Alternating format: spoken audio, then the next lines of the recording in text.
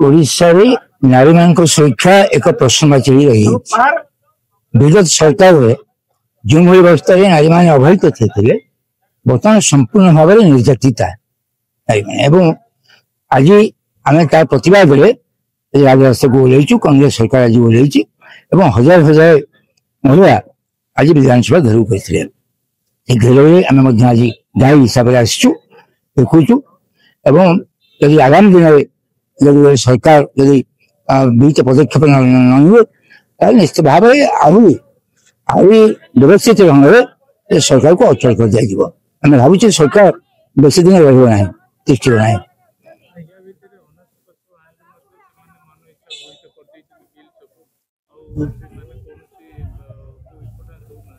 ठीक जेहेतु सरकार अच्छा सब जिन कर आज प्रतिदिन हजार हजार महिला निर्यातित होती से सुविधा सुजोग सरकार के पाखे किसी भी ना।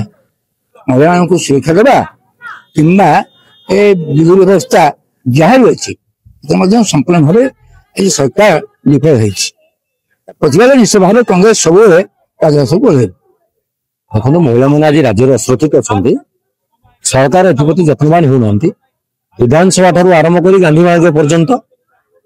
लोक मैंने होहल्ला करुवा स्थले बर्तमान से नीरवद्रष्टा साधुं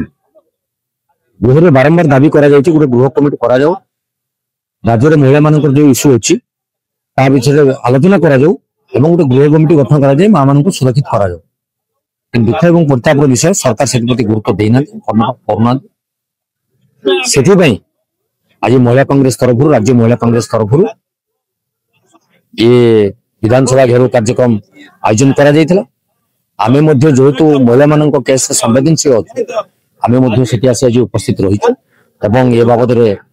सचेतन अच्छु। आज गृह विधानसभा हट्टगोल कर महिला मान सुरक्षा दि जाऊ न्याय दि जाऊ एवं जे पर्यंत माँ मैंने सुरक्षित न से पर्यंत आम राजरास्ता रही।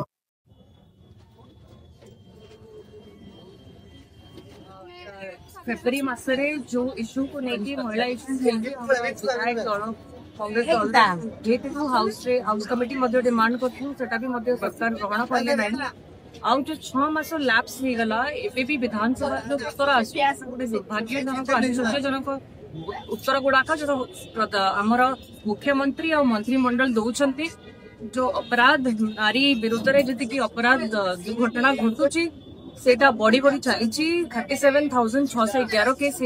मात्र 2% केस कन्विक्शन हो पारे तो यहाँ दुखर कथा जन दूसरी कि जो दुर्घटना घटी पुणी आउ थे घटी गोपालपुर इनसीडेंट है पुरी बीच इनसीडेंट है देखा दूसरी कि जो सीरियसनेस दरकार है ना आमको दुख लगुच बारंबार से इश्यू नहीं गृह दाबी करने पड़ू डिमांड करने पड़ू जेहेतु सरकार बिल्कुल सचेतन ना जो भली कार्यक्रम कराया कथा से महिला प्रति जो दुर्घटना घटुची निर्यातना घटुची बिल्कुल भी कमे पारि ना बढ़ी बढ़ी चलती प्रत्येक दिन।